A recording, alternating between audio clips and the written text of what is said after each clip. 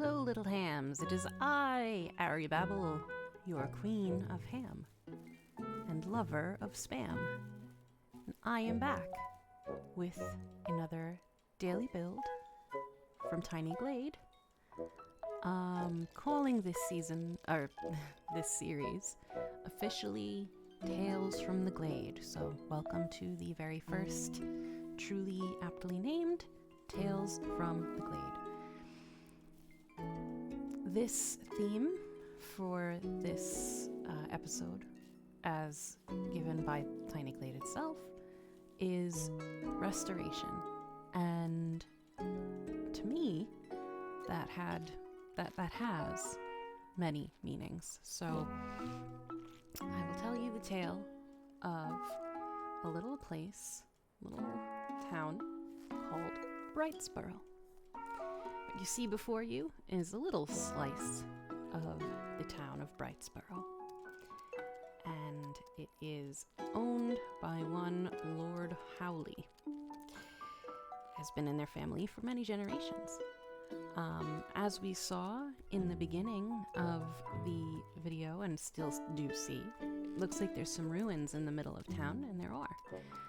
This particular part of Brightsboro is a restored part of town, or it was built by Lord Howley's family, not him. Many moons before he was around by the family, because as landed owning people normally do to make more money on their rent, they develop. So this is a newer part of town, and it was developed to try to bring in the family some money. And I say newer, but of course it is quite old, as these little towns go, all things considered. So what I've built so far is the town church, and that is the pastor's house. What you see now are some townhouses. Now, the town of Brightsboro, as I said, is old, and this area was built up to try to bring in the family in the town some more money, so it was developed. And in that regard, we can consider this a bit of restoration. But there's more to it than just, the town was restored because they built these houses. In fact, Lord Howley himself, or the current Lord Howley, is quite a learned man. He went to Oxford, he got a good education, and he had a keen interest in preservation and archaeology and things of that nature. Which is why this particular bit of town, or rather he has taken a lot of interest in this part of town because of the ruins that were in the middle. Those ruins were once a monastery, and during I think it had to be King Henry's reign, when the Catholic Church was no longer going to be the official, religion of England. There was no longer use for the monasteries, and they were looted especially this one was looted for its goods and money, right? Because the king's treasury always needs more money, and now if the Catholic Church doesn't have the power anymore, we're gonna take it for ourselves. And it was, in fact, lying in ruins for many, many years, this particular monastery. And so Lord Howley, with his keen interest in archaeology, at this point in time, a lot of his peers are, going to different countries. There's, of course, a lot of interest in Egyptology, but Lord Howley, he does not like to leave home much. He likes home. He likes where he grew up. And so he decides, what I can do? I can excavate in the area around this old monastery. And that is exactly what he intends to do. Now, of course, all of these houses, there are plenty of people that live in this area, but that just means that now he has some laborers. So it's really not the worst thing in the world. And of course, there being the new church nearby, or newer, there's a lot of activity actually in this restored part of town. So in many ways, not only was the town restored around these ruins, but also the town itself gets to restore the ruins themselves. It's like they were able to... Oh, I didn't put a door there? Okay. Sorry, I'm also watching as I'm talking and telling the story. But they were able to really not just revitalize, they were able to save and preserve a piece of history, which makes Lord Howley quite happy.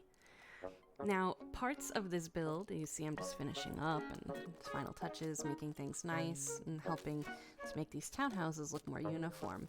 Parts of this build, as I will explain, I suppose, when we get there, part of this land is still owned by the actual church. Not the Catholic Church, I mean, as in the pastor's property. So there are some nice parks. So it's actually quite nice, a nice place to live in.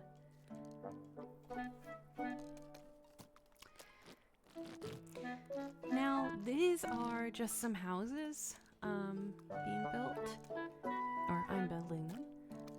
They're nothing to write home about. They're just some, larger than average houses for some well-to-do people. I would imagine that one of the town's lawyers perhaps live in that exact, duplex, perhaps.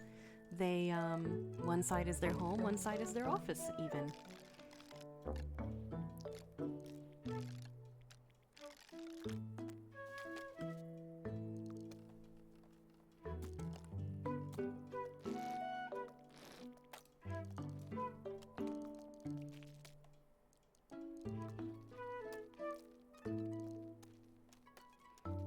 And of course, I cleared out some space in the back of the church to have a small graveyard. They say that graveyards are good places, good neighbors, they're quiet.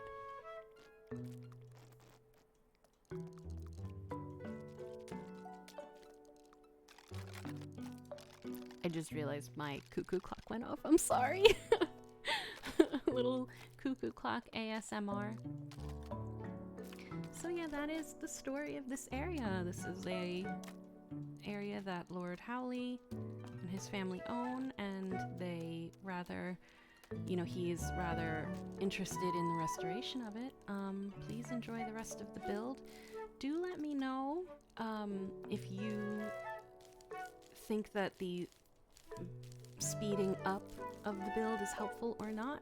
And of course, if you have any tips for better building, let me know. I'm definitely not a good builder.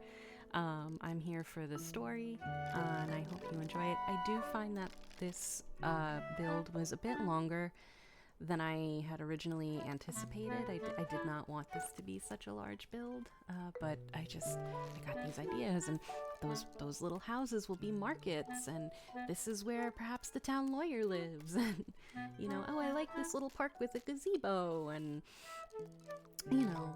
I am not the best builder, so I'm always open for any tips if anybody has it. Yeah, let me know, and let me know if you enjoy the stories as well. If being sped up is too much, I'm trying to be a little bit better about editing as well. So I'm always open to any type of constructive criticism if you have any, or suggestions. And please enjoy the rest of the build. my plan, it'll be fast forward until we get to the walkthrough, in which case I will come back and we will take the walkthrough in real time, and I'll talk to you again when we get there.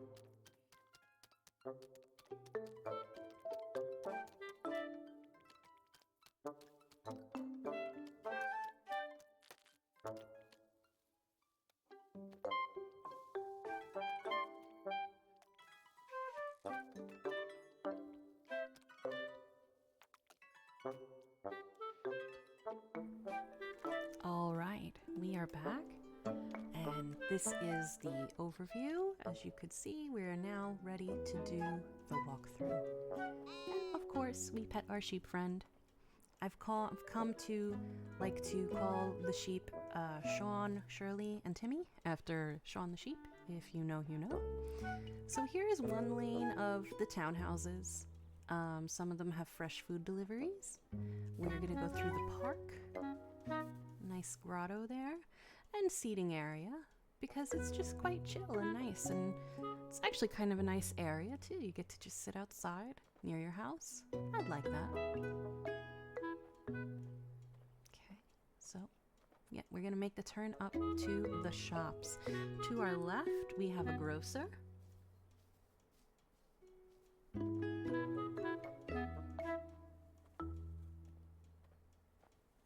That was a smith, and now we have a baker. And there's two more shops in the back. I did not get into too much detail with them.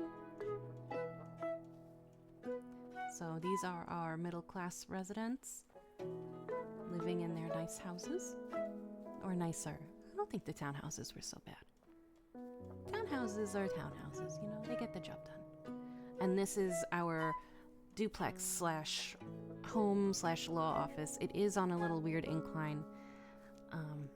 Yeah, I could have fixed that, but I didn't. Make it more real to life. So the church, I did not go to the graveyard area. And then this is the pastor's house. And now this area is kind of where they've been staging a lot of the things from the excavation slash restoration of the ruins. And there's just a nice field in front of these townhouses as well. As I said, a lot of this area just past the townhouses does kind of technically belong to the church proper. More food deliveries. So, some of it, not to be overdeveloped. Although I'm sure Lord Hawley, if he really wanted to, can just, say, okay, we're building more houses there now. But he has a lot of respect and love for his town, so he wouldn't do that, right? He likes to preserve the old. All right, so, and as always, I like to do a nighttime walkthrough as well. So here is our nighttime walkthrough. Hello again, Shirley. Taking the other way around.